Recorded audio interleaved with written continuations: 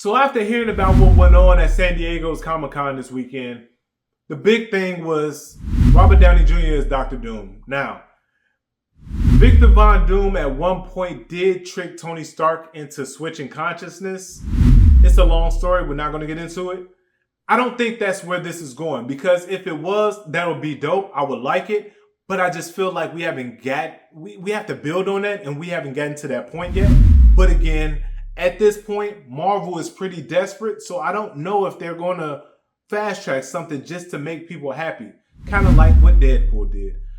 But that's why I feel like this can go a few different ways. So that's way number one, the switching of the consciousness. I don't think they'll do it because there's no backstory in the MCU right now. So hopefully that's not the case. But that's case scenario number one, right? Case scenario number two, Robert Downey Jr. is a variant of Victor Von Doom. I keep saying Robert Downey Jr. like he's a part of the MCU. He is as an actor, but Tony Stark is Victor Von Doom. He could be a variant of him, right? So that might be the case. I could see that's more likely than case scenario number one, and actually more likely than case scenario number three. Case scenario number three, we're just moving forward with Robert Downey Jr. being Victor Von Doom, and pretty much it is what it is, right? That can happen. Would I be upset with that? Absolutely. Would the fans be upset with that? Probably not, because a lot of these fans are more so there for the entertainment than the actual lead up and the actual story. I get it, guys. We've been here since, 2008? So in 4 more years, that'll be 20 years of MCU. I want to say greatness, but the last couple of years have been So the MCU plots have spanned out for about 20 years, right? 16, but we're getting there. When you think of that in a way that, hey, we need to not do that anymore. We want to change something. We want to transition over. I get it. And you should. Problem is with that, you're bringing along people that were a part of the first decade or decade and a half of the MCU film. So you make things weird with the fans. When I seen the casting of the Fantastic Four, I was upset because they are older cast members. And I really feel that Fantastic Four is something that should be stretched like the Iron Man, the Robert Downey Jr.'s Iron Man. I feel like it should be stretched at 20 years. Reason being is because the Fantastic Four is like the base of the MCU. Like, they're the first family. And all these storylines that we're talking about for the most part, except for the Infinity Saga. And honestly, I was just discussing this with my cousin. The Infinity Saga, to me, it was a boring saga. Not in the film world. Like in the MCU, they did a phenomenal job with it. But reading the Infinity Saga was pretty damn boring. I want to see where this Secret Wars saga goes. I'm more interested in that. But a lot of people, again, they don't care about anything what's going on in the comics. They don't really care about storylines. Again, we're caring about the entertainment factors of things. And maybe I'm overthinking these things, but it's kind of like those Harry Potter, Twilight.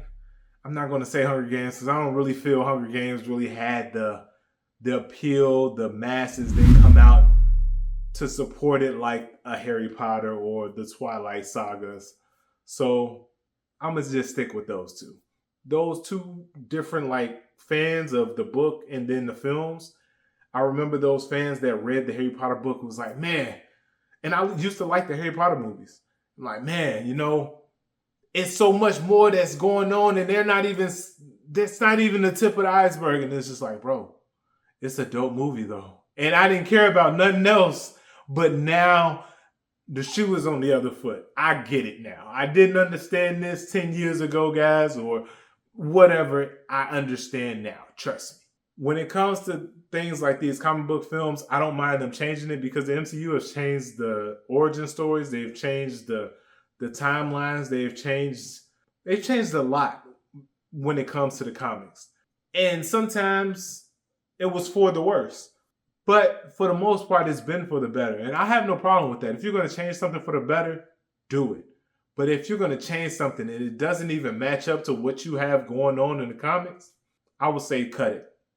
you're not winning that battle. Like, just leave it alone if that's the case. But I digress. I'm going to a whole nother world.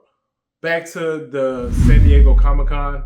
I think the Robert Downey Jr. Victor Von Doom thing is a sight of disparity for Marvel, Disney, whoever the hell. Reason being is they in a place where they're just not doing very well. And it's like, damn, what worked? What really worked the last 15 years? Robert Downey Jr. So we're going to bring him back. And the problem is with that, we've all heard the saying that you can't catch lightning in a bottle twice. You had your moment. It's time to move on. If you're not progressing, you're being stagnant. And what Marvel has done, they were just in this case of stagnance. I don't know how that just happened. Either way, they've been stagnant for a very long time now. So they just want something to work. And I feel like that's why they're going back and grabbing these old characters to create, or these old actors to create or add something for the future films. And that's not necessarily needed. If that's the case, we have to, not have to, but we should bring Wesley Snipes back to play Blade.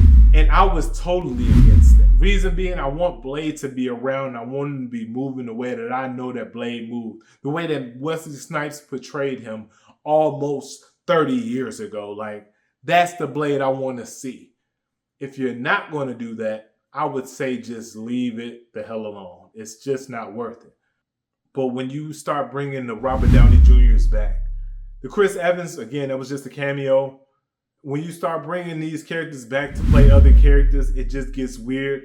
Let's not do that. Let's go a different route, because that I don't feel is going to work. It's just a sign that you're desperate. We see it, and I feel like this is starting to lead like the DCEU, and I'm worried about Marvel right now. I'm completely honest with you guys. I've never seen them in this state before. Of course, we have like the 2004 films and all the other stuff, but in this position that Marvel is in, I just honestly, I feel the building shaking. I feel it like it's about to come tumbling down. So hopefully the Russo brothers can save it. But I think there's a lot more that needs to be worked on before the Russos can swoop in and save this entire like universe. But we shall see. Another thing that was discussed at San Diego's Comic-Con was my favorite thing, and that's going to be Captain America: Brave New Worlds. Reason why this is something I'm looking forward to is because Captain America: Winter Soldier was one of my favorite MCU films. It's top 2 best MCU films, best Marvel films, period. And the fact that we don't have more of that spy espionage type film out there, I feel like this is going to be phenomenal. I've seen some footage of it a few months ago. The trailer dropped recently, and they showed some more footage at San Diego Comic-Con. I'm just hearing about it. And most of the stuff that they're talking about, I did see that footage. I just didn't want to discuss it because I don't want to spoil it for you guys. I know a lot of the problems with these movies is they get spoiled before we even get a trailer. And I wanted to keep those type of things under wraps, right? But this film it looked, it feels, and from what I'm hearing in San Diego Comic-Con, it just sounds phenomenal. And I can't wait to see it. I can't wait for the world to see it. Comes out in February. I think it's going to be the best thing. That's going to be the best movie the MCU has seen since Endgame. That's going to be one that you can brag about, in my opinion. I'm not going to take another shot at Deadpool. It almost happened, though. I'm going to stop. I'm done. Another thing that was discussed was the Fantastic Four. They brought out the cast, and they kind of discussed what was going on, and they showed some footage for Fantastic Four. I'm not sure if it was sketch footage or they actually had cameras rolling, but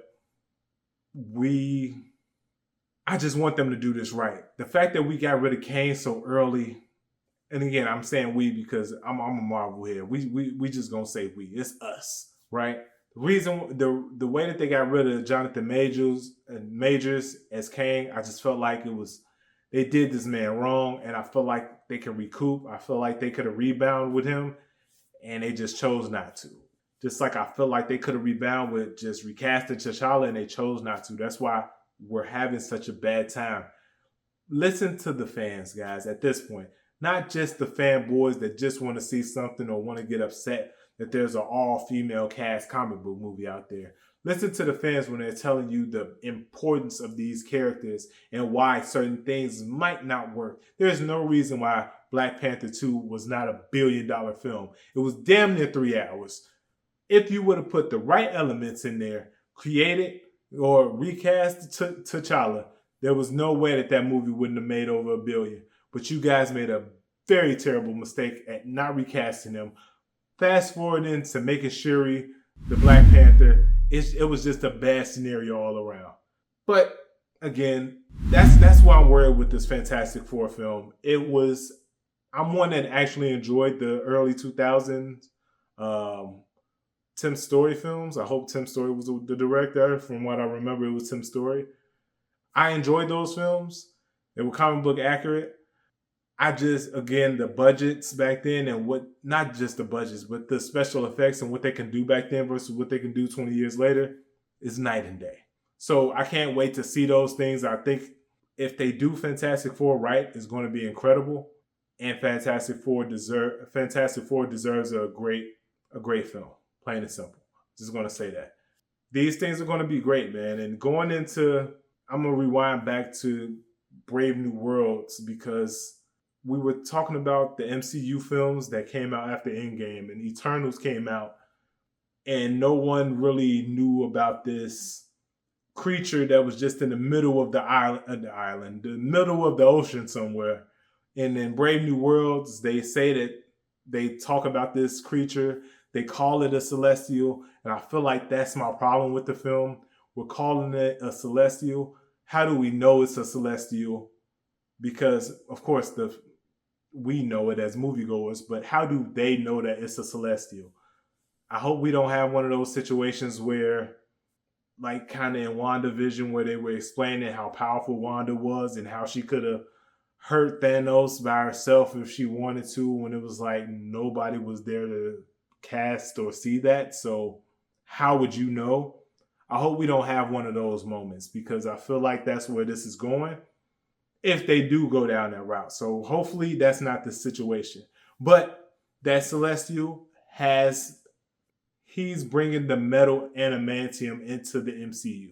And I kind of like that because adamantium was supposed to be something that was made from vibranium and another steel, which was supposed to be stronger than vibranium. But if vibranium was a natural resource, it was like and nothing can break it. How could something be made stronger with a weaker metal to make something? But that's neither here nor there. I'm not going to get into that. But I like that it's a celestial body parts. That's where they're getting the adamantium from versus adamantium being made in a lab somewhere. I think that's dope. Just like vibranium was an asteroid, adamantium is a celestial. We shall see Venom soon.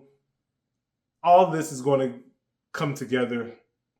It's right now it's just a very weird time because they're just throwing so much at you guys. I'm keeping up with it because again we grew up on this stuff, but at the same time I don't understand how anyone that never read a comic book, really didn't watch the movies like that, how they're going into these films and being entertained and actually liking these films.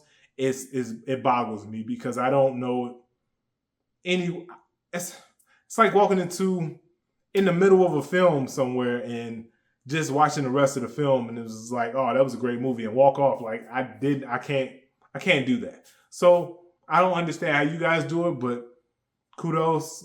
If you like it, I love it. We're going to do this. All right. So hopefully, again, MCU, they have some picking up to do. I hope they work on this because it's really a bad time for the MCU right now. Listen to the fans at this point, except for the fanboys. Don't listen to the fanboys, listen to the fans, right? We gonna get into that the next episode because I really want to separate the two. I am a fan. I'm not someone that's just going to defend something that I know is bad. Like, for instance, my brother, he loves Kanye West, right? I love Kanye West. But if Kanye West released some BS, I'm willing to say it's some BS. My brother's not willing to say that. So that's where we kind of bump heads at. But that's where I'm at. As far as film, Again, I love Marvel. I love DC. But if the film is bad, it's bad. There's nothing I can say about it. There's nothing I can do about that. I'm not there making the film, and I'm not giving the green light to certain things. So that's not what this is, right? So it is what it is, man. I appreciate y'all for tuning in for another episode of Movie Talk Mondays. This was a long one because I haven't seen you guys for a while, and I wanted to talk about these things. I can ramble on for about an hour with these topics, just going from comic book to film to rumors to how I knew every cameo that was going to be in this damn Deadpool film. Is because you kind of understand. Like, let's get into back to the Deadpool and Wolverine cameos. The reason why I want to talk about that is because a lot of people were asking me, how did you know that Blade was going to be in there? How did you know? Because there are certain tidbits out there that's going to let you know certain things, like Marvel's bringing Wesley Snipes back to play Blade. Okay, Mahershala Ali is still signed on to play Blade, so he's not going to be in that. They're not going to show a random variant in the Blade film because it just doesn't fit the Blade mythos. What's coming out that can do that? Something that's involved in the TVA. Deadpool and Wolverine involved in TVA. A different timeline. They're going to bring in Blade. Kind of putting two and two together. Back to the Chris Evans situation where, he's going to say it. You know these jokes. You don't have, that's the whole slap my knee jokes. Though you already know the punchline. So you're just waiting to hear it again. And it's boring. Like, I seen the film one time and I knew that was going to happen. Come on, guys. It's not that difficult. 1 + 1 = 2. It's literally not that complicated. This is not rocket science. So it's easy. It's easier for me to kind of figure out, hey, what they're about to do with this, that, and the third. The whole Cassandra Nova thing. The reason why that was like a curveball to me, because the fact that we're putting the Omega level mutant in Deadpool and Wolverine and we're not focused on that mutant, it's kind of wild to me. Like it blows my mind. That's not the villain number one. I can talk about this for hours. I'm about to go. I'll see y'all later on this week. What's coming out this week? Trap? See y'all later this week. We're going to talk about Trap. I'm out of here. Peace.